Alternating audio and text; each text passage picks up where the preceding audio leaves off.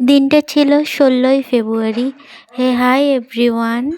তো আজ ছিল আমাদের বাড়িতে শিব পূজা। আমার বার্থডেও ছিল আজ। তো এখানে পুজো স্টার্ট হয়ে গেছে। আমাদের হোম করে, তো এখানে হোম করতেছিল। পুজো প্রায় শেষ। তারপরে আমি ব্রেকফাস্ট করছি, আর এটা ছিল আমার লাঞ্চ। এখন আমি বাজার যাব, আমি আর আমার ভাই কিছু খাইতে। তো আমরা টোটোতে উঠে গেছি। তারপরে আমরা যাই ফার্স্টে ঘুগনি, পাঁপড়, বড়া এগুলা খাওয়া শুরু করে দিছি। তারপরে আমরা কিছু কেনাকাটা করলাম, করে তারপরে বাড়ির জন্য রওনা। এখানে অল্প সাজাইছিলাম। তো এতটুকু ছিল আজকের ব্লগ।